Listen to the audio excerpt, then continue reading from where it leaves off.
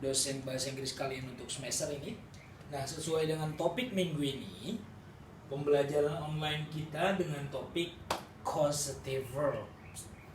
Apa sih causative verbs? Dua kata ada di judul ini, ada cause and verb. Cause artinya menyebabkan, verb artinya kata kerja.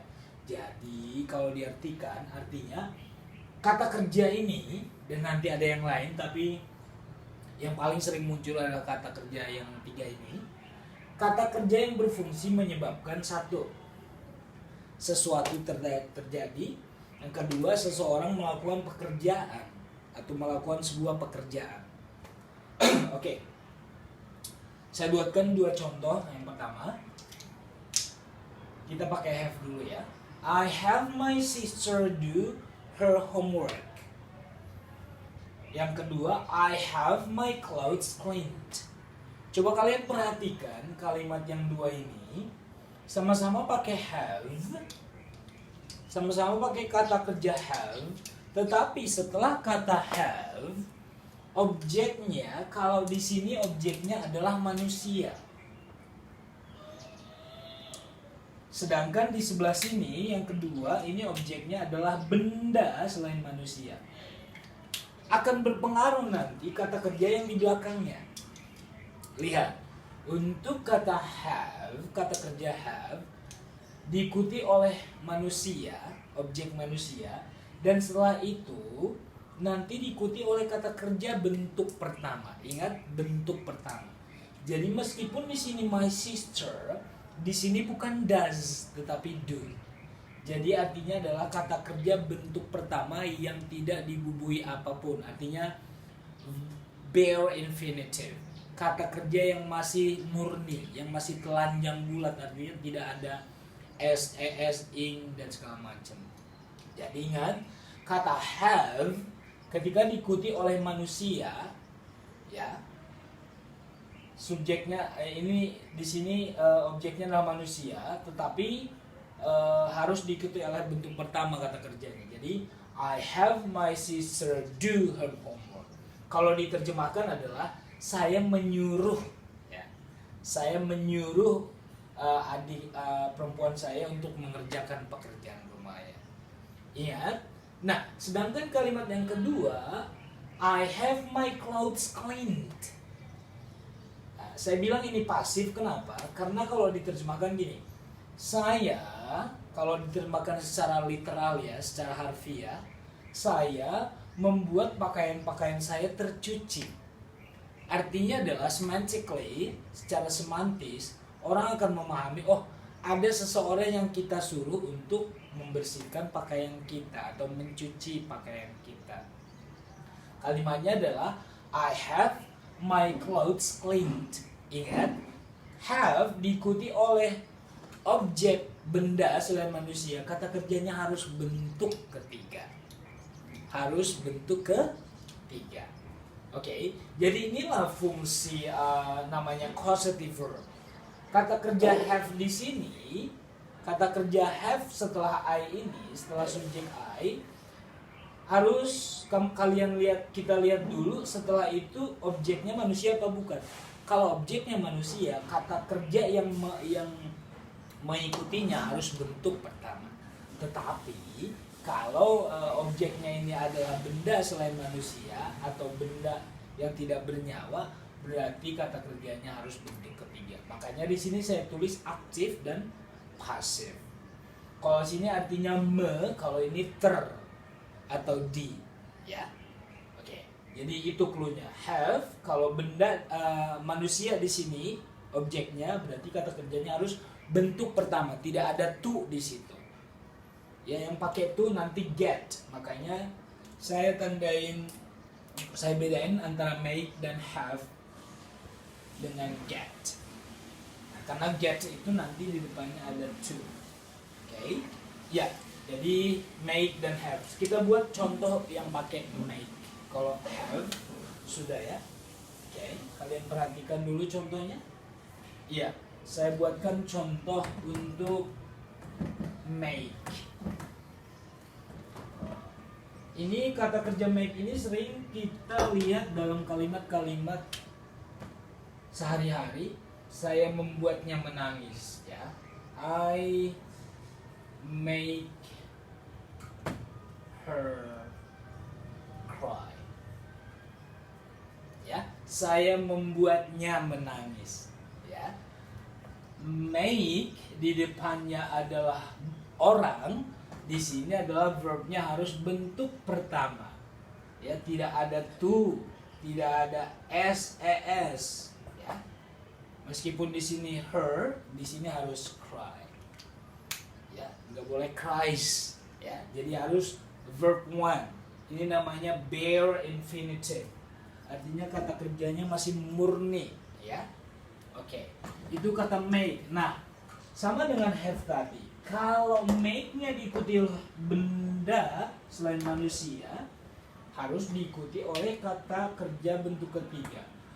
I make my bed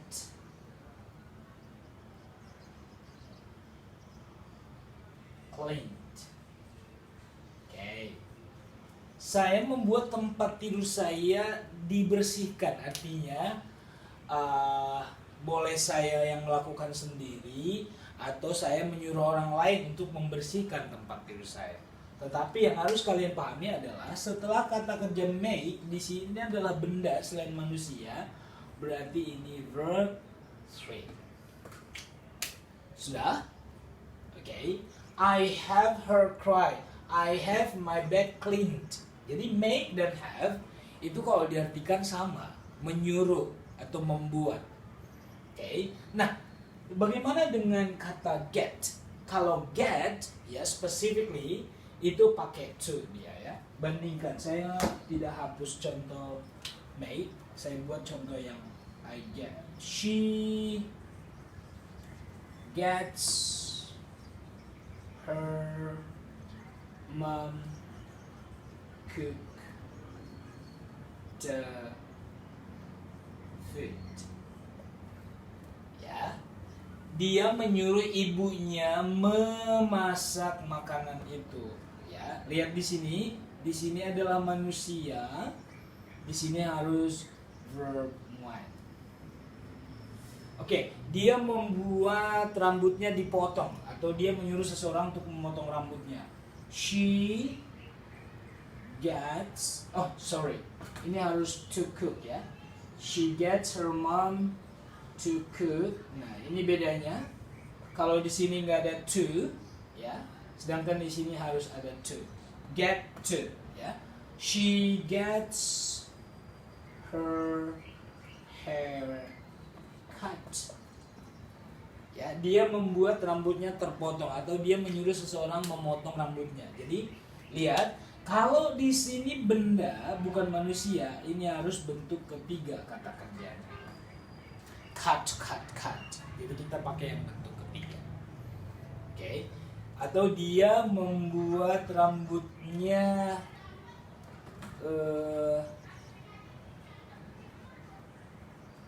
rinsed, ya, dikeramas, ya.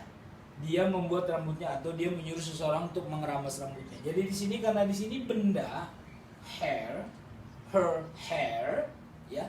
Meskipun ada her di sini tapi ini kan benda, rambutnya maksudnya. Kalau di sini kan her mom, ini mom orang ibunya. Kalau ini rambutnya, jangan lihat her-nya karena inilah benda yang sesungguhnya, rambutnya. Kalau ini kan ibunya. Jadi inilah bedanya yang aktif dan pasif. Kalau pasif artinya setelah kata kerja make, have, and get di sini diikuti oleh benda selain manusia, nanti diikuti oleh kata kerja bentuk ketiga. Kalau manusia diikuti oleh manusia, kalau make and have kata kerjanya mengikutinya harus bentuk pertama, nggak ada to, nggak ada s dan segala macam. Sedangkan kalau get, ya, di sini sebelum ada kata kerjanya harus ada to, ya, get to cook. She gets her mom to cook the food. Kalau di sini adalah benda, nah yang khusus untuk benda, ya, selain manusia, make, have, and get, semuanya itu diikuti oleh bentuk ketiga kata kerjanya. Oke. Nah, Oke, saya buat 3 kalimat lagi biar kalian paham. Ya. Yang pertama, my brother makes his girlfriend cry. Ya. Abangku membuat pacarnya menangis. Lihat di sini karena karena di sini my brother ini harus bentuk kata kerjanya tanpa dengan s ya, karena makes. Lihat di sini adalah manusia, berarti di sini adalah verb one. Ya, my brother makes his girlfriend cry. Saya buat contoh kedua pakai have. Mereka menyuruh saya membeli buah-buahan itu. They have me buy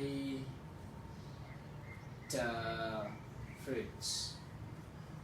Mereka menyuruh saya. Lihat di sini adalah kata kerja have. Di sini adalah orang. Di sini harus bentuk pertama. Jadi persamaannya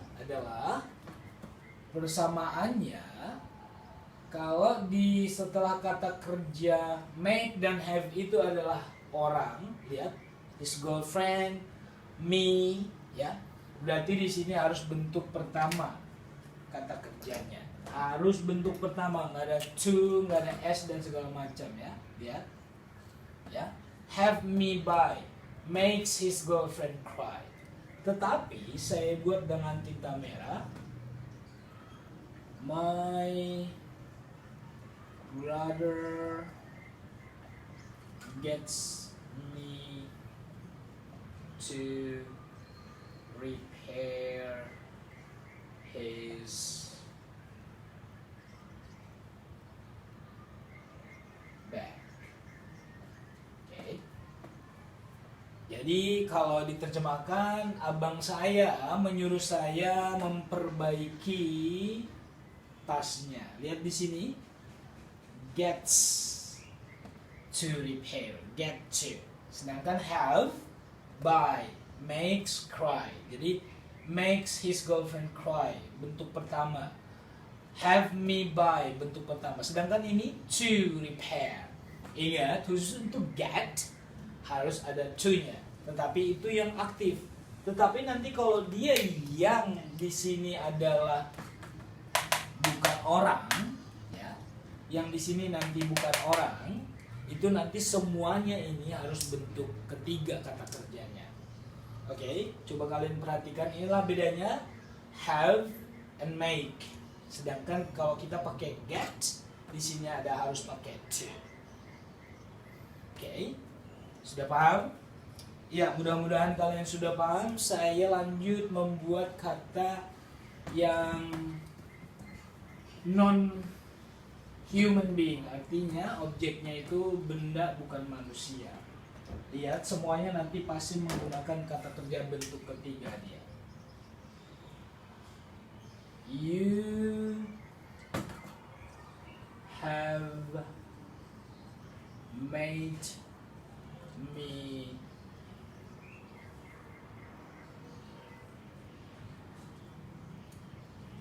run away. Kamu telah membuat saya pergi jauh. Ya. Lihat di sini kata make, ya. Bentuk ketiga dari make, have made, ya. Di sini adalah orang, di sini adalah kata kerja bentuk pertama. Coba saya buatkan. You have your pencil box. Ya, kamu menyuruh seseorang untuk membeli pensilmu, atau kamu membuat pensilmu terbeli. Ya, meskipun agak aneh, maksudnya adalah kita menyuruh seseorang untuk membelikan pensil kita. Lihat di sini, ini adalah benda, ya. Jadi di sini harus verb 3. Ya. Sedangkan di sini ini verb 1. Kalau ini verb 3. Lihat bedanya. Di sini adalah manusia, ya.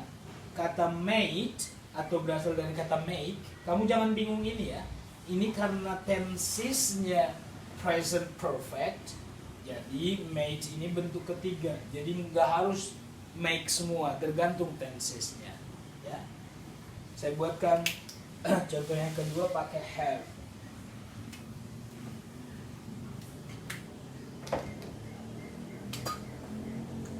She has me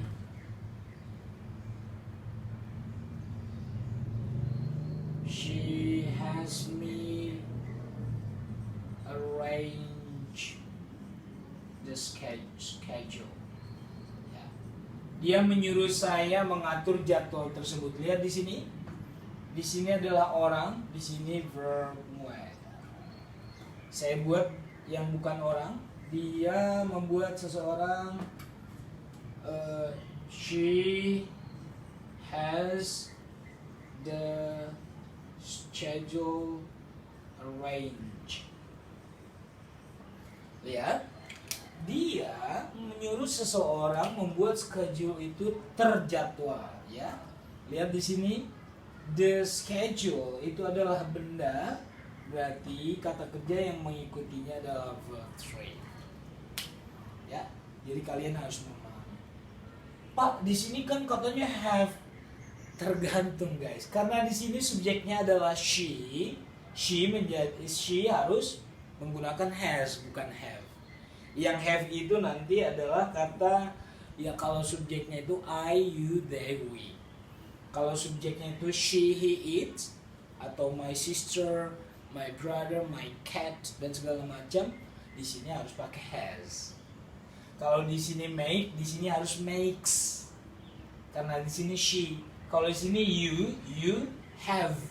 Kalau pakai make, you make.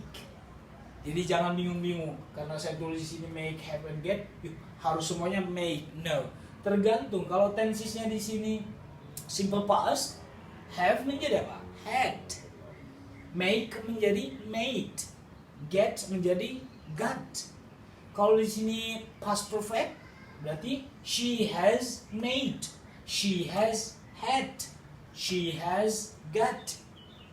Jadi tergantung tense ya. Maksudnya itu adalah ini kata kerja dasarnya. Jadi jangan kamu bingung di sini ya. Ini tergantung tense-nya. Kalau tense-nya ini misalkan simple past, make menjadi kata bentuk kedua dari make, made. Have menjadi had, get menjadi got. Kalau di present continuous berarti apa? She is having me. Dia sedang menyuruh saya menyusun jadwal itu. Yang penting kata kerja dasarnya kamu harus memahami. Oke? Ya. Demikian penjelasan saya mengenai causative verb, guys. Saya tambahkan sedikit. Kalau yang sering muncul memang make, have, dan get, ya. Ingat, make dan have, kalau objeknya itu adalah manusia, verbnya harus verb 1. Tapi kalau get, ya sama-sama manusia, di sini harus pakai get to. Get me to cook, get her to clean, ya.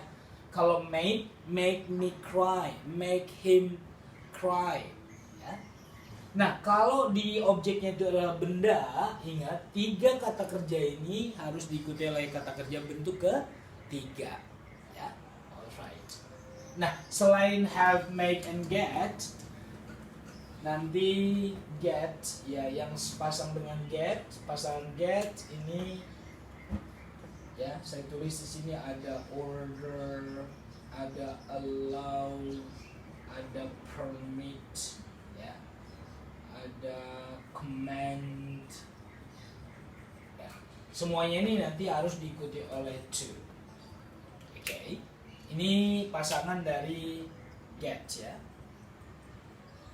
karena get nanti pakai to juga. Saya buatkan contoh. Dia memerintahkan, atau ayah saya memerintahkan saya untuk membeli atau membeli buah itu. My father orders me to buy the food. Lihat, jadi order to, allow to, permit to, command to. Ya. Jadi ini pasang dengan get. Kalau yang sepasang dengan make, have dan have, ini nanti kata kerja let. Let me show the way to mall. Let me show. Lihat, nggak ada to di situ. Jadi kata let harus diikuti oleh bentuk verb one. Dia membiarkan saya masuk. She lets me come in. Ya. She lets me come in. Ini ya, harus bentuk pertama. Jadi nggak ada to. Yang pakai to nanti get dan kata-kata yang lain. Ingat, 3 kata kerja ini yang sering dipakai memang, tapi kalau kamu menemukan kata-kata ini harus pakai to. Kalau let itu tidak pakai to. Let itu satu paket dengan make and have. Ya. Ya, bahasa lagu let me go seperti bunyi lagu. Let me go, bukan let me to go. Jadi let itu sepasang dengan make dan have. Oke? Sedangkan get karena dia pakai to pasangannya atau saudaranya adalah order, ya, menyuruh, ya, memerintah, allow, mengizinkan, permit, mengizinkan, command, memerintahkan untuk, ya, memerintahkan untuk, mengizinkan untuk, memerintahkan untuk, ya, get to, order to, allow to, permit to, command to. Sedangkan make me cry, make me do, make her go, ya. Jadi harus bentuk pertama tanpa to. So thank you guys. I do hope my explanation will improve your English skills and you know how to answer causative verbs in questions. So I'm Gunawan Tamunsaribu. At the end of this video, I will have you